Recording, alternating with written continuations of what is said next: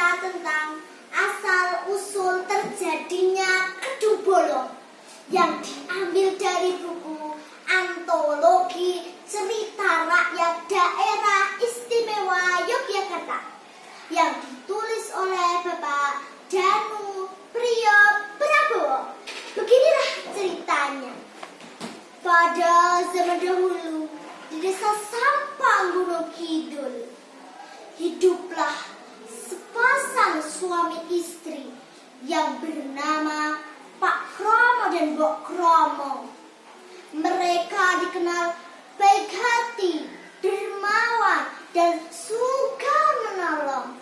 Mereka hidup sederhana dan sangat bahagia. Akan tetapi ada satu hal yang masih mereka dambakan, yaitu kehadiran seorang anak. Setiap hari mereka selalu berdoa kepada Tuhan. Setelah bertahun-tahun menanti dan memanjatkan doa, harapan mereka pun dikabulkan. Mbok Kromo mengandung. Pak nih, iya Mbok, Tuhan sudah mendengar doa-doa kita. Kita harus bersyukur. Semoga anak kita lahir dengan sehat. Mbok Kromo pun melahirkan seorang anak laki-laki yang diberi nama Sidowayah, yang artinya sudah lama dinantikan.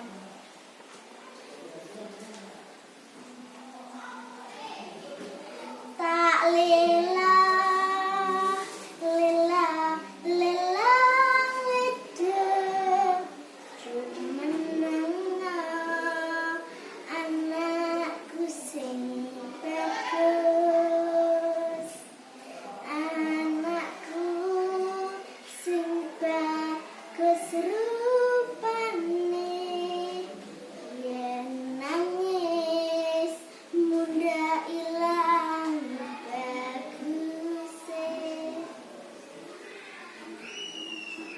Sidowayah pun tumbuh menjadi anak yang cerdas, sopan, rajin, dan hormat kepada orang tua dan sekitar. Pak, Mbok, saya pergi ke ladang dulu ya sambil mengembala kerbau. Iya, Le. Hati-hati jalan ya. Anakmu lanang, Mbok. Iya, Pak. Matur nuwun Gusti. Karena kerajinan Sidowayah, hasil pertanian dan peternakan Pak Kromo kian bertambah. Selain membantu di ladang, Sidowayah juga senang mandikan kerbaunya di sebuah kedung. Kedung itu sangat penting bagi seluruh warga karena menjadi sumber kehidupan sehari-hari seperti minum, mandi, dan juga mencuci. Warga desa sangat menjaga dan teguh larangan adat, yaitu tidak boleh berkata kasar di sekitar gedung. Larangan ini diyakini untuk mensucikan gedung. Namun, di suatu hari di musim kemarau panjang, kejadian aneh terjadi. Tiba-tiba air kedung menjadi keruh dan menyusut. Loh, kenapa ini? Kok air kedung menjadi keruh? Loh, kenapa? Kan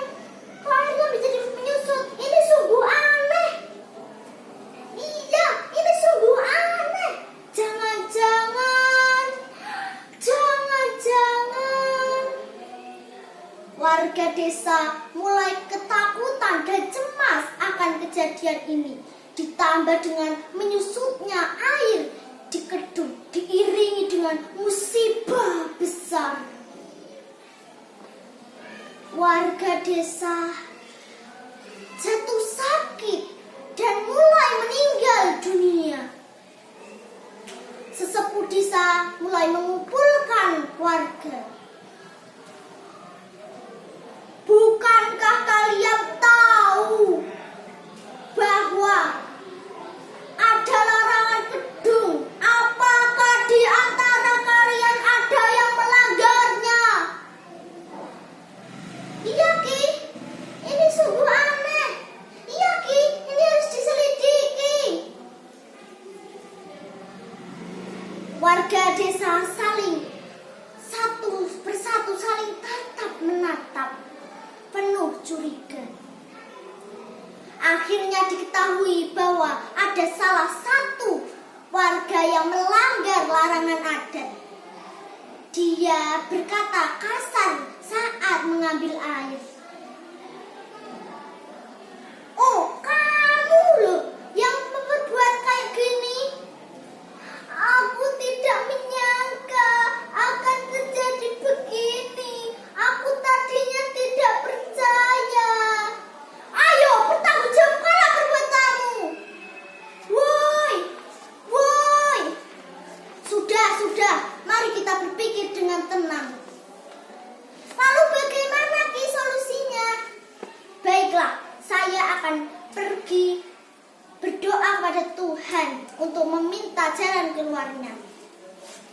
Sesepuh desa pergi ke pertepian, yaitu yang bernama Tumpeng.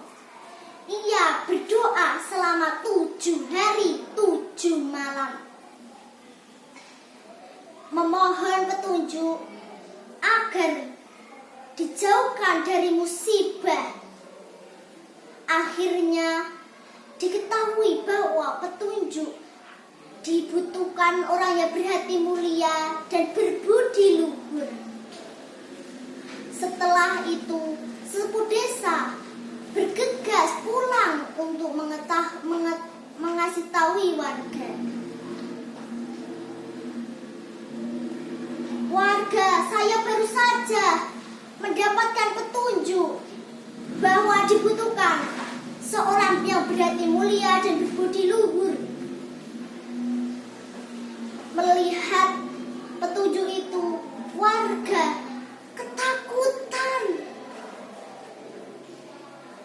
Tidak ada yang berani untuk melaksanakan tugas itu.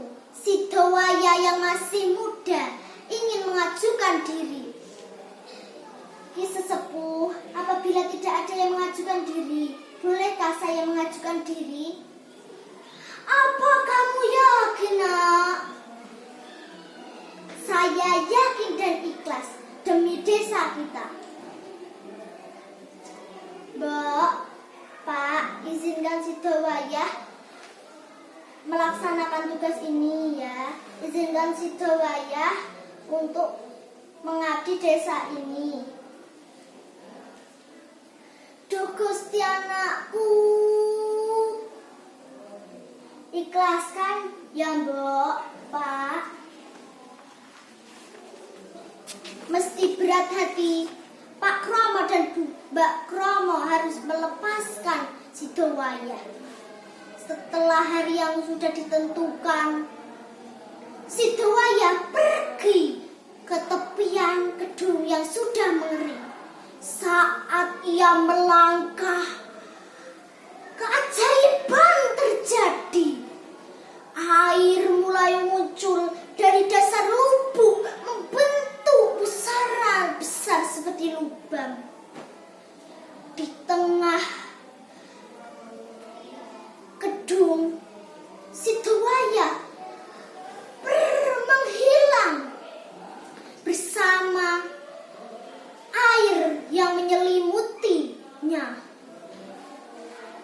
Setelah itu, gedung air menjadi berluruh ke atas dan memenuhi kedung. Akan tetapi Sidowaya menghilang tanpa arah. Terima kasih Sidowaya. Oh Sidowaya anakku. Warga desa tidak percaya bahwa Sidowaya betul-betul lenyap. Warga desa percaya bahwa Sidowaya sudah ganti alam, menjadi penjaga kedung untuk selama-lamanya. Setelah itu, warga desa menamai kedung itu sebagai kedung bolong, yang artinya lubuk yang berlubang. Demikian cerita tadi, asal terjadinya kedung bolong dari Gunung Kidul. Terima kasih atas. Wassalamualaikum warahmatullahi wabarakatuh.